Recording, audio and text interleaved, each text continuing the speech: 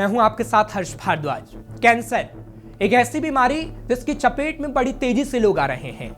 दुनिया भर में तो हर साल करीब 1 करोड़ लोगों की मौत सिर्फ कैंसर से हो जाती है।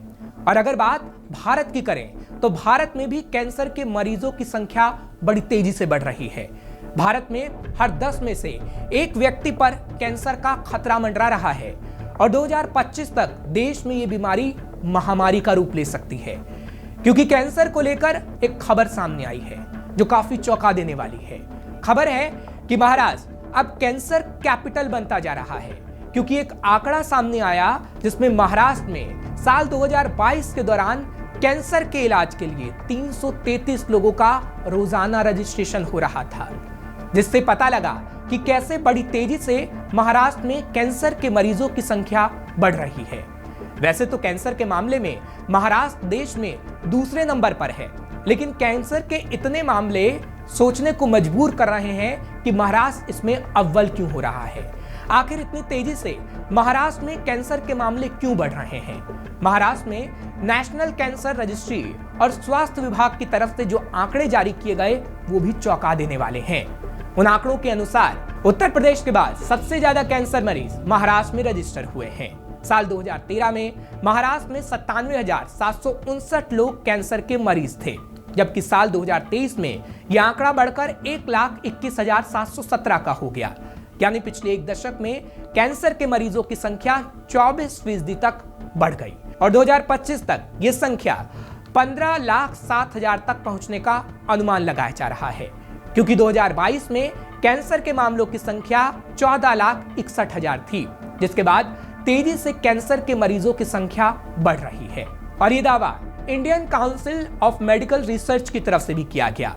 Indian council of medical research ने 2025 तक कैंसर के केसों में 15% की बढ़ोतरी होने की बात कह डाली। पिछले कुछ सालों में भारत में कैंसर के मरीजों की संख्या में इजाफा हुआ, जो ये बता रहा है कि आगे आने वाले समय में अगर कोई कारगर कदम नहीं उठाया गया तो कैंसर के मरीजों की संख्या चौगुनी हो सकती है। देश भर में कैंसर के कुल 11,67,429 मामले दर्ज हुए हैं। सबसे ज्यादा 1,70,242 मामले यूपी से आए, जबकि महाराष्ट्र से 97,759 केस रिपोर्ट हुए हैं। जबकि साल 2022 में देश भर में कुल 14,61,427 कैंसर के केस सामने आए। तब यूपी से 2,10,958 और महाराष्ट्र से 1,21,717 मामले रिपोर्ट किए गए थे। तो इतनी बड़ी संख्या में कैंसर के मरीजों के आने के बाद स्वास्थ्य विभाग भी अलर्ट हुआ और महाराष्ट्र में इसको लेकर काम भी किया गया, लेकिन मरीजों की संख्या कम नहीं हो सकी। दरअसल महाराष्ट्र में स्वास्थ्य विभाग कैंसर की जांच और ट्रीटमेंट का दायरा बढ़ा रहा है। मुंबई में टाटा कैंसर अस्पताल, बीएमसी के सायन और नायर अस्पताल में कैंसर सेवा का विस्तार भी किया जा रहा है। राज्य सरकार ने एक बैठक में प्राइमरी हेल्थ केयर सेंटर में कैंसर स्क्रीनिंग की सुविधा मुहैया कराने की बात भी कह डाली है। इससे बीमारी का पता भी शुरुआती दौर में चल सकेगा। लेकिन महाराष्ट्र सरकार के इन कारगर कदमों के बावजूद कैंसर के मरीजों की संख्या कम नहीं हो रही है। मरीजों के लिए तो अस्पतालों में बेडों की संख्या में भी इजाफा किया गया है, लेकिन मरीज हैं कि घट नहीं पा रहे जो कैंसर के हैं। और अगर ऐसे ही महाराष्ट्र में कैंसर के मरीजों की संख्या बढ़ती रही तो इसे संभालना काफी मुश्किल होने वाला है। कैंसर एक ऐसी बीमारी है जो काफी घातक है। कई कैंसर लाइलाज हैं और जिनके इलाज मौजूद हैं वो इतने महंगे हैं और लंबे इलाज हैं कि मरीज के लिए कैंसर शब्द डरावना बन जाता है। कईयों को तो पता भी नहीं लगता उन्हें कैंसर है और वहीं कैंसर उनकी मौत का कारण बन जाता है।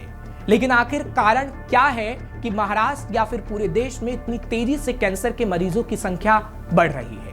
क्या मरीज को सही समय पर कैंसर का पता नहीं चल पाता? क्या छोटे बड़े शहरों में कैंसर की स्क्रीनिंग या जांच नहीं हो पा रही है? क्या कैंसर का इलाज लोगों को सही समय पर नहीं मिल पा रहा है? क्या कैंसर का इलाज महंगा होने की वजह से मरीज इलाज नहीं करवा पा रहा है? क्या सरकार की तरफ से कैंसर के मरीजों को सुविधाएं नहीं मिल पा रही हैं? ये ऐसे सवाल हैं जो उठने लाजमी हैं, क्योंकि हर रोज कैंसर के मरीज दम तोड़ रहे हैं। महाराष्ट्र में आंकड़ा रोज बढ़ रहा है, लेकिन इस पर लगाम कब लगेगी और ये बढ़ता आंकड़ा कब रुकेगा, इसका जवाब किसी के पास नहीं। कहने को हर साल दुनिया भर में विश्व कैंसर दिवस भी मनाया जाता है, भारत में भी जागरूकता अभियान चलाया जाता है, लेकिन उसके बाद सब कुछ भुला दिया जाता है। यही कारण है कि भारत में कैंसर के मरीजों की संख्या तेजी से बढ़ रही है, जिसके बारे में सभी को सोचने की जरूरत है। श्रेष्ठ उत्तराखंड पर खबरों से जुड़े रहने के लिए चैनल को सब्सक्राइब करें, बेल आइकन दबाएं और देखते रहें श्रेष्ठ उत्तराखंड।